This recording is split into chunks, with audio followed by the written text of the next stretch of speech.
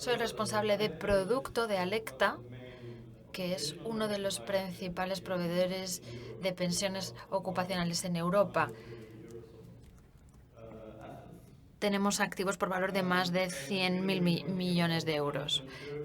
En Suecia hablamos de la pirámide de las pensiones, no sé si la habrán visto. Empezamos con las pensiones públicas, que es un sistema de cotizaciones nacionales definidas. El 16% de tus ingresos se pagan en cuentas individuales, cuentas nacionales.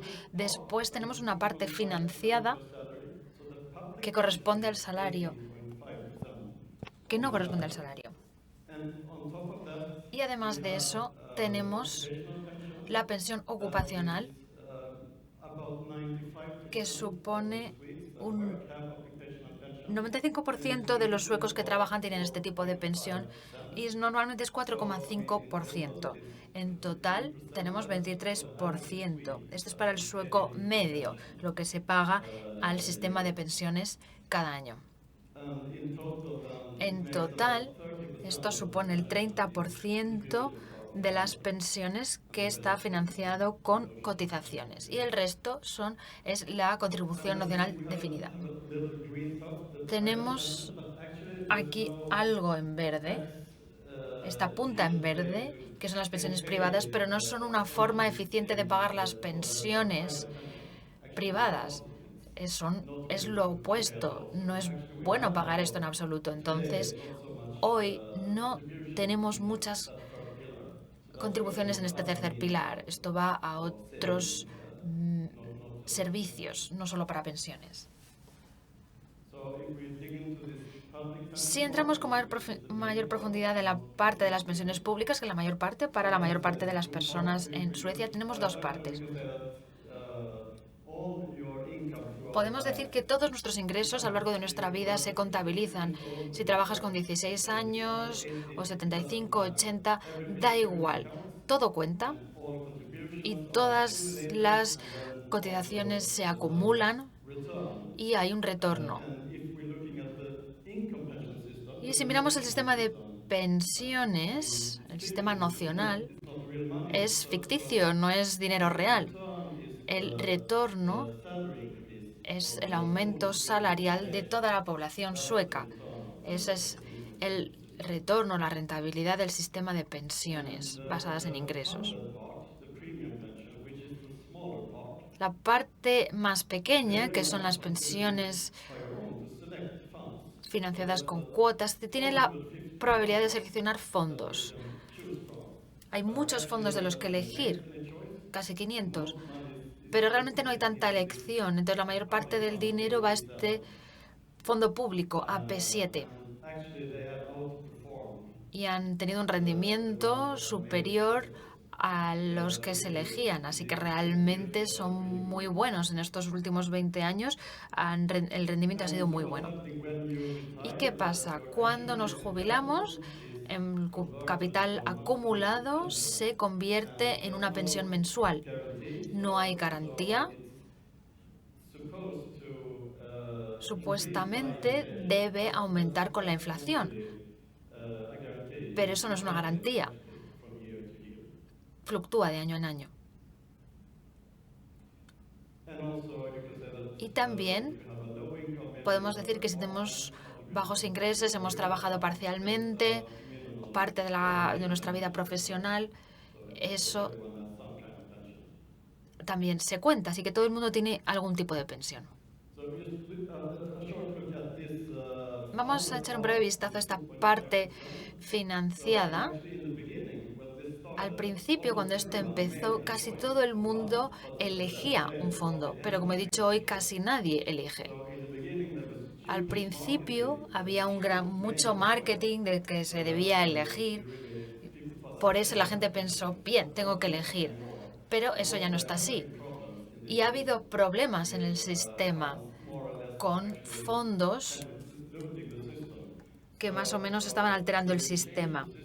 Para cambiar el sistema a un sistema en el que hay un sistema de compras y eso va a reducir el número de fondos y van a seleccionar fondos. hoy más o menos está abierto a cualquier fondo que quiera estar ahí, pero va a ser un sistema tipo licitación. Entonces va a ser mejor, va a ser probablemente un coste menor para el sistema. Si volvemos a la parte principal, la parte de contribuciones nacionales, ¿cómo calculamos si es bueno o malo? ¿Está financiado o no? Tenemos esta parte verde que está financiada. Esto es lo que llamamos los fondos de colchón en Suecia. Las contribuciones van a una parte financiada y esto se utiliza para pagar las pensiones para los jubilados. Pero esto solo es el 17% del pasivo. El resto de la parte, el azul, es las contribuciones futuras ficticias esperadas. Se basan en las cotizaciones de hoy en día al sistema multiplicadas por el número de años que se supone que vas a contribuir al sistema. Esta es la mayor parte de la parte del activo de esta cuenta ficticia. Y esto compone este nivel de financiación. Y como vemos, fluctúa bastante y en 2008 cayó por debajo del 100%. Y después va a haber un lento aumento de las pensiones. Eso es lo que pasa si estás por debajo del 100%. Y ahora estamos en 108, así que está bastante bien. Pero la parte del activo está financiada al 17%, así que no se puede decir que está realmente financiada, pero para el público suena bien, 108%. Y la gente piensa, pero a lo mejor podemos utilizar ese dinero para pagar más pensiones. Pero creo que quizá va a ser mejor cambiar la fórmula en lugar de ello. No hay que pagar más pensiones.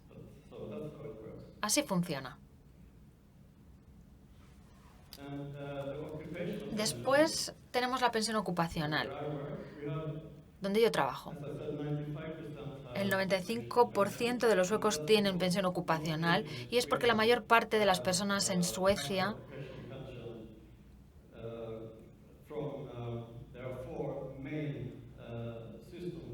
hay 4 sistemas principales. Tenemos partes colectivas que han decidido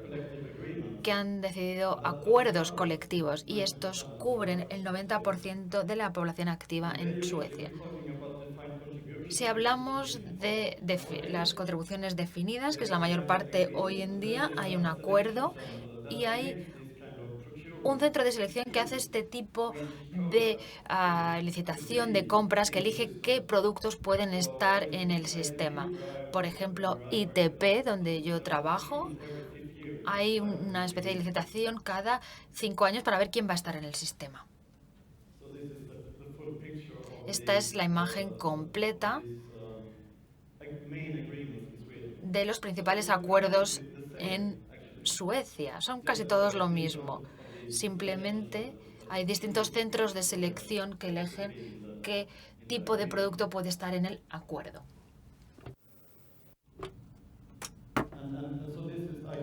Y aquí tenemos ITP, donde trabajo yo.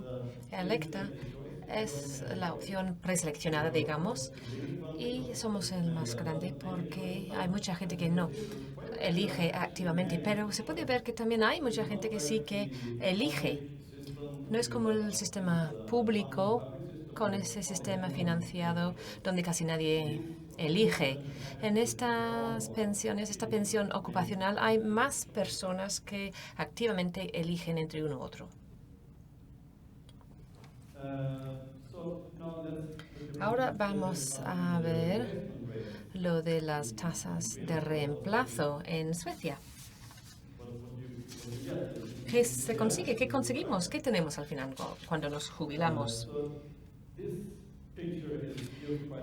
Aquí vemos muchas veces esta imagen para demostrar que, bueno, la tasa de reemplazo está bajando en Suecia y a bastante velocidad. Tuvimos un sistema con un 60% de contribución definida perdón, beneficio definido. Y ahora vemos que está cayendo por debajo de 50 y está bajando. Tenemos que hacer algo. El sistema está fatal, es lo que piensa la gente.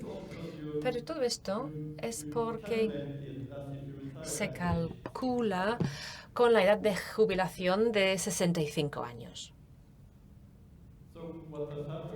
Lo que ha pasado y lo que ocurre ahora es que el gobierno ha establecido una edad objetivo, que significa que la proporción de la vida como jubilado y como persona activa debería ser pues igual. Eso significa que van a aumentar la edad de jubilación de 65 hasta 66, 67, 68.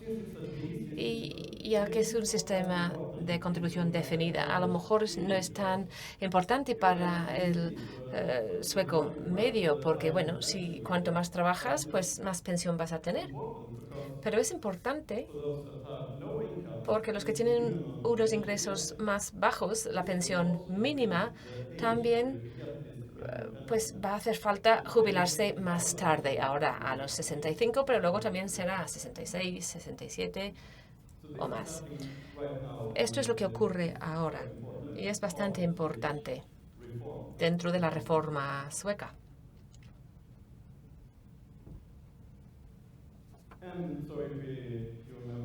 Y bueno, hemos visto antes esa imagen para los 65. Si ponemos esa edad objetivo en el modelo, las tasas de reemplazo aumentan de nuevo. El problema, podríamos decir, es que el gobierno no haya hecho esto antes, porque la longevidad ha aumentado.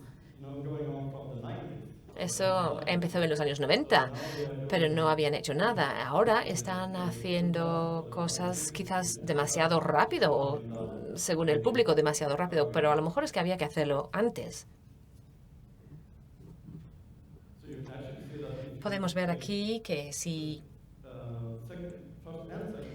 vemos el primer y el segundo pilar, la tasa de reemplazo debería ser incluso más alta para los jóvenes comparado con el sistema de beneficio definido de antes. Así es la teoría. Pero si vemos cómo la gente realmente recibe su pensión, bueno, podemos decir que antes empezaban a cobrar la pensión a los 65, pero ya no es así. Ahora es un 40%. Hay muchos que empiezan a recibir la pensión antes de los 65 y eso es lo que el gobierno quiere cambiar, porque cuando han subido esa edad objetivo, también han dicho que no se puede empezar con la pensión a los 61 años, ni 62, etcétera, etcétera. Van a subir la edad media para cobrar la jubilación. Pero podríamos decir también que hay cada vez más personas que empiezan a cobrar la pensión más tarde. Y esto es lo que vemos de esta información de las estadísticas suecas. Aquí tenemos la población de 68, edad de 68, y una tercera parte de esa gente con 68 años combinan el trabajo con la pensión. Y es algo muy característico del sistema sueco. Y tenemos una palabra, jobbonär. Quizás se puede pronunciar en inglés fácilmente, jobbonär. Y si vemos los ingresos de la gente y cómo ha cambiado, cómo cambia desde los 62 años y hasta la edad de jubilación, pues los más jóvenes tienen unos ingresos más altos comparados con los ingresos a los 62 años. Esas tasas de reemplazo teóricas incluso nos enseñan que ha bajado los ingresos, pero no es así, ya que las personas trabajan más tiempo. En Suecia, la gente ha subido su edad de jubilación sin ninguna acción por parte del gobierno. Aquí vemos que aquí tenemos el 20% de los suecos que tienen los ingresos más bajos y podemos ver que sus ingresos aumentan después de la jubilación. Eso es claro porque tenían unos ingresos muy bajos antes de jubilarse. Y para este 20% no vemos una gran diferencia. La población en sí, pues sabe cambiar su conducta y trabajar más incluso. Y no necesariamente hace falta que el gobierno haga tanto. Y así es mi última diapositiva. Muchas gracias.